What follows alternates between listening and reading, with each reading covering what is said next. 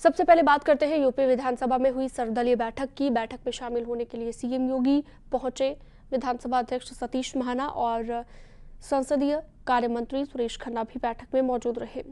SBSP अध्यक्ष Om Prakash Rajbhar, SP के मुख्य सचेतक डॉक्टर मनोज पांडे मौजूद रहे इस बैठक में।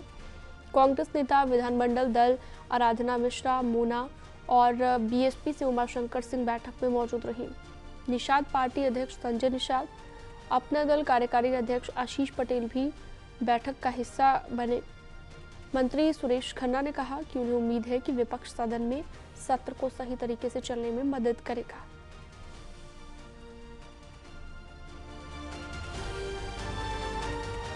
देखिए, हमारी अपेक्षा सभी से है कि सदन में जितने दल हैं उन सभी का सहयोग चाहिए और विधानसभा सबके सहयोग से चलती है।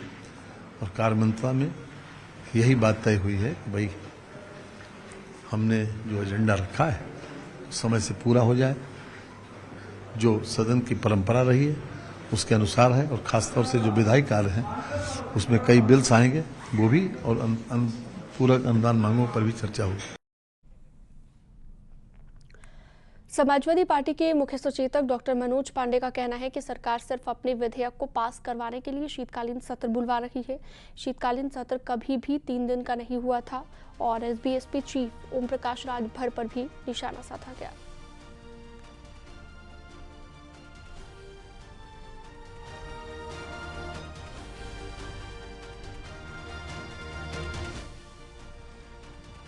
तो समाजवादी पार्टी ने सरकार पर जो सवाल उठाए हैं वो हम आपको बता रहे हैं। शीतकालीन सत्र को लेकर सवाल उठाया गया कि 3 दिन का ही सत्र रखा गया। मेरा मानना है कि देश में सबसे कम चलने वाली हाउस विधानसभा उत्तर प्रदेश की है। अगर आप डाटा देखें तो डाटा में उत्तर प्रदेश की विधानसभा सबसे कम चली। दुखद बात है, आज गरीबी है, महंगाई है, किसान की धान की खरीद नहीं हो रही। परसेंटेज आप देख लें तो चौंक जाएंगे। इन परिस्थितियों में जब भुखमरी है, गरीबी है, महंगाई है, जुल्म हो रहे हैं, लाइन इन ऑर्डर डिस्टर्ब है, हेल्थ व्यवस्था बदहाल है, डेंगू में लोग तड़प तड़प के मर रहे हैं, उन परिस्थितियों में इस सदन को कम से कम 15 दिन चलाना चाहिए, चर्चा हो सके और इसमें कम से कम विपक्ष अपनी बात को रख सके और सरकार को जगा सके। इसको तो अपने अंदर उनको आत्ममंथन करना चाहिए, जो वो नहीं कभी करते हैं। वो राष्ट्रीय अध्यक्ष आदरणीय अखिलेश यादव जी ही थे जो समाजवादी पार्टी के चीफ हैं, जिनकी कृपा और आशीर्वाद से आज उनकी कुछ संख्या 1-2 वो सदन में बैठने की स्थिति में है। वो समाजवादी पार्टी की कृपा थी, वो समाजवादी पार्टी के वोटों की वजह से वो जीत करके आए हैं।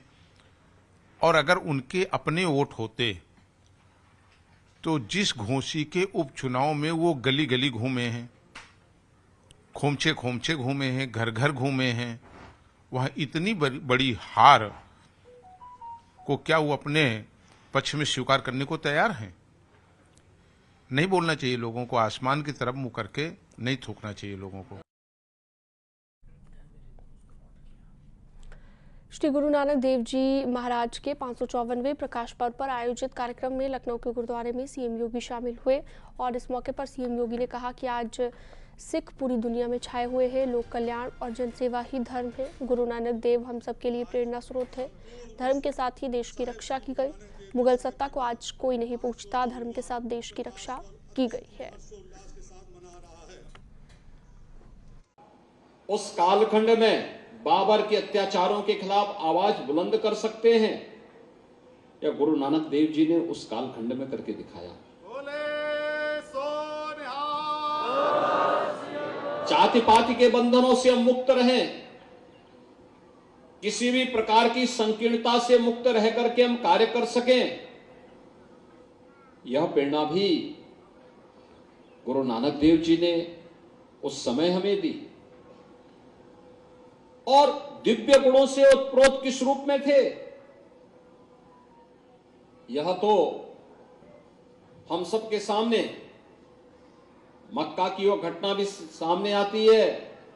जब वे जाते हैं वहां के पवित्र मस्जिद में, जब वह आराम कर रहे होते हैं और वहां का मौलवी इस बारे में कहता है कि आपने पैर उधर क्यों कर रखे हैं जहां मदीना की ओर क्यों कर रखे हैं?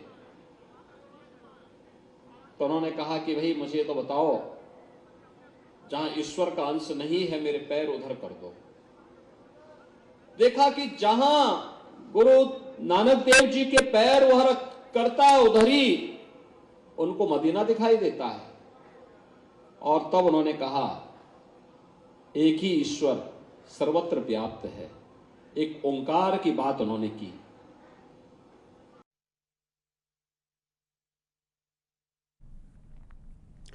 मंत्री पद को लेकर चल रहे सस्पेंस के बीच एसबीएसपी अध्यक्ष ओपी राजभर ने डिप्टी सीएम केशव प्रसाद मौर्य और डिप्टी सीएम ब्रजेश पाठक से मुलाकात की। न्यूज 18 से खास बातचीत में ओपी राजभर ने एक बार फिर अखिलेश को निशाने पर लिया।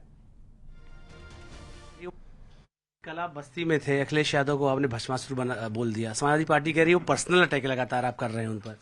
मैंने ऐसा कुछ नहीं बोला है। अगर ये बात कर रहे हैं, मैंने ये नहीं कहा कि वो भस्मासुर है। हमने ये जरूर कहा है कि पिछड़ों ने वोट दे करके उनको मुख्यमंत्री बनाया। हाई कोर्ट ने कहा 3 सितंबर 2013 को कि 27% आरक्षण का लाभ कुछ जातियां उठा रही हैं, उत्तर प्रदेश सरकार उसको बांट करके दे। मुख्यमंत्री कौन था? अखिलेश यादव जी। अखिलेश यादव जी ने खुद नहीं हाई कोर्ट के संज्ञान को लिया। क्यों नहीं लिया? एक बार भी उनकी जबान पर रोहिणी आयोग का गठन हुआ है 27% आरक्षण को बांट करके राष्ट्रीय स्तर पर देने के लिए, माननीय प्रधानमंत्री जी ने की है। सच्चर कमेटी जिस मुसलमान की बात करते हैं, क्या कभी सच्चर कमेटी की रिपोर्ट लागू करने के लिए उनकी जबान पे बात आई? रंगनाथ मिश्रा की रिपोर्ट उनकी जबान पे आई? उत्तर प्रदेश में राघवेंद्र सिंह के नेतृत्व में जो 27% आरक्षण की बंटवारे की रिपोर्ट है, जिसको लेकर बराबर मैं सदन में लड़ता रहा हूं, एक बार भी अखिलेश जी की जबान पर आई? केंद्रीय गृह राज्य मंत्री अजय मिश्रा टेनी ने कहा है कि मार्च 2024 तक सीए कानून लागू हो सकता है। दोनों सदनों से पास होने के बाद अब लोकसभा की विधान समिति और राज्यसभा की विधान समिति ने 30 मार्च 2024 तक कानून बनाने का समय मांगा है। इसके बाद कानून आ सकता है। कि लोकसभा में पास हो चुका, राज्यसभा में पास हो चुका, अधिनियमित हो गया, लेकिन कोई कानून का लाभ तब मिलना शुरू होता है जब उसके कायदे, नियम और उसमें जो आवश्यकताएं होती हैं वो सारा नियमित हो जाता है, उसके बाद वो मिलता है। उसके लिए मैंने आपको डेट बताया कि लोकसभा की विधान समिति ने 9 जनवरी 2024 और राज्यसभा की विधान समिति ने 30 मार्च 2024 तक का समय मांगा है। अगर उस बीच में वो कानून बना लेंगे तो वैसे ही लागू हो जाएगा। कानून तो पास ही हो गया है राज्यसभा और लोकसभा। केंद्रीय गृह राज्य मंत्री के बयान पर बरेली के मौलाना शहाबुद्दीन ने प्रतिक्रिया दी और शहाबुद्दीन रिजवी ने केंद्रीय मंत्री पर मुसलमानों को डराने का आरोप लगाया। प्रधानमंत्री ने बहुत पहले ही वाज़ेह कर दिया था कि सीएए कानून के तहत मुसलमानों का इसमें कोई मामला नहीं आता। ये मुसलमानों के संबंध में नहीं है, बल्कि ये कानून उन लोगों के संबंध में है जो गैर मुस्लिम लोग हैं और हिंदुस्तान में अपनी रिहाइश, नेशनलिटी चाहते हैं, रहना चाहते हैं। तो इसलिए मैं मंत्री जी से कहूंगा कि वो मुसलमानों को इस कानून के नाम पर हिरासा करने की और डराने और धमकाने की कोशिश न करें।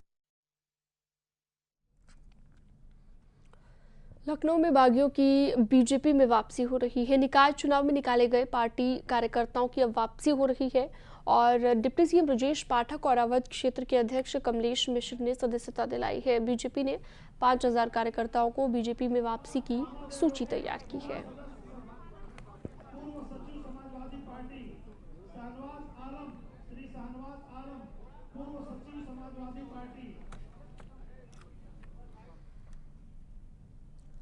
सूबे में आज जगह जगह पर सार्वजनिक जगहों पर लगे लाउडस्पीकर के खिलाफ अभियान चलाया गया।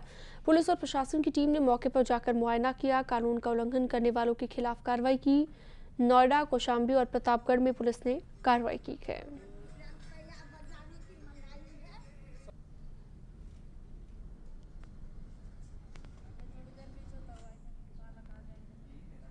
तो देख सकते हैं आप, लाउड स्पीकर उतरवाए गए जहां पर अवैध तरीके से लगाए गए थे और कुछ जगहों पर आवाज़ कम कराई गई।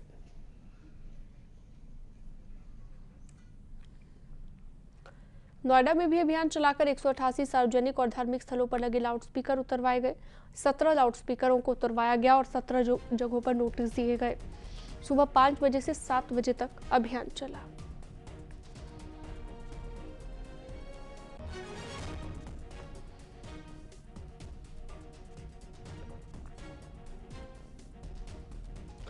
कौशाम्बी में भी नियमों के खिलाफ लाउडस्पीकर बजाने को लेकर बड़ा एक्शन हुआ है। पुलिस ने धार्मिक जगहों से 203 लाउडस्पीकर उतरवाए। कई जगहों पर लाउडस्पीकर की आवाज़ को कम कराया गया।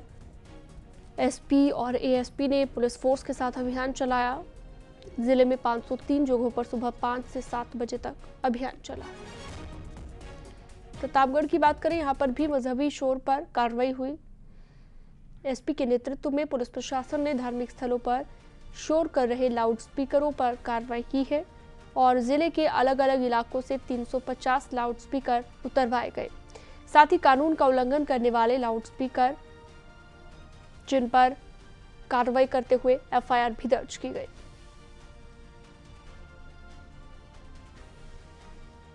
देखिए, शासन स्तर और पुलिस मुख्यालय द्वारा निर्गत निर्देशों के क्रम में आज 27 तारीख को सुबह 5 बजे से 7 बजे तक सभी राजपत्रित अधिकारियों के नेतृत्व में सभी थाना प्रभारी, सभी चौकी इंचार्ज, हल्का प्रभारी सभी के द्वारा एक विशेष अभियान चलाया गया, जिसके क्रम में अवैध लाउड स्पीकर और ध्वनि विस्तारक यंत्र उनकी वॉल्यूम कम कराना और उनको वहां से उतरवाया गया है।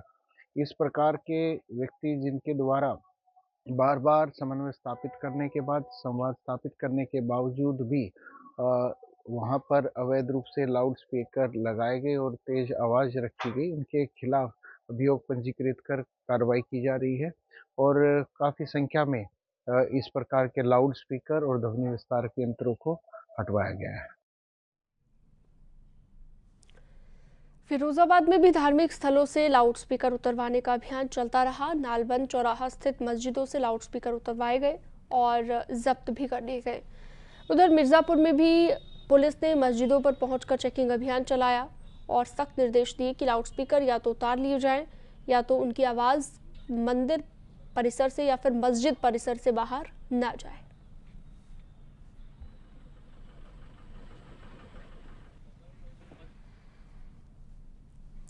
अयोध्या में भव्य राम मंदिर का निर्माण काफी जोरों शोरों से चल रहा है। भगवान रामलला के मंदिर के परिक्रमा मार्ग अब लगभग बनकर यहाँ पूरा तैयार हो गया है। फर्श निर्माण का कार्य भी पूरा हो गया है। परिक्रमा मार्ग में लगे खंभे पर भगवान के जीवन पर आधारित प्रसंग की मूर्तियां बनाई जा रही है। परिक्रमा मार्ग में फर्श में कालीन नुमा नक्काशीदार फ्लोर दिखाई देगा। अब जल्द ही दरवाजे लगाए जाने का काम भी शुरू हो जाएगा। आपको बता दें, परिक्रमा मार्ग में संगमरमर के चौखट और बाजू लगाए गए हैं।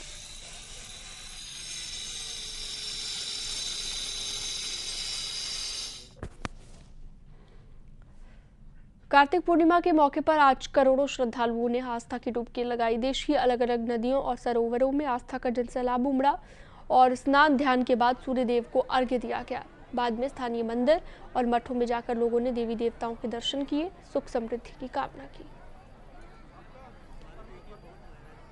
वहीं 8 तस्वीरें आप देखिए, अलग अलग जगहों की ये तस्वीरें जहां पर पूर्णिमा स्नान किया गया, आस्था की डुबकी लगाई गई। वाराणसी, प्रयागराज, अयोध्या, चित्रकूट, मथुरा और इसके अलावा आगरा, बुलंदशहर और इटावा में भी इसी तरीके से जनसैलाब उमड़ा हुआ दिखाई दिया।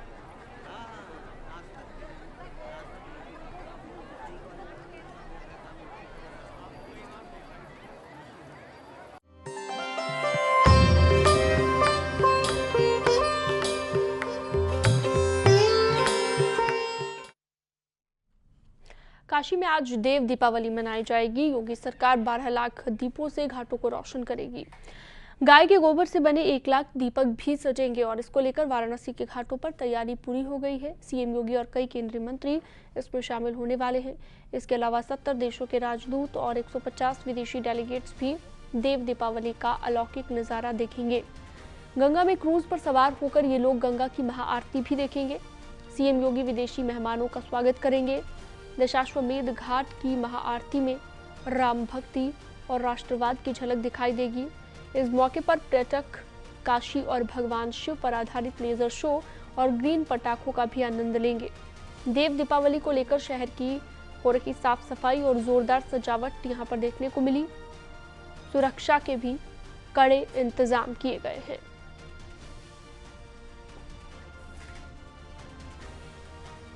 और वक्त एक छोटे से ब्रेक का।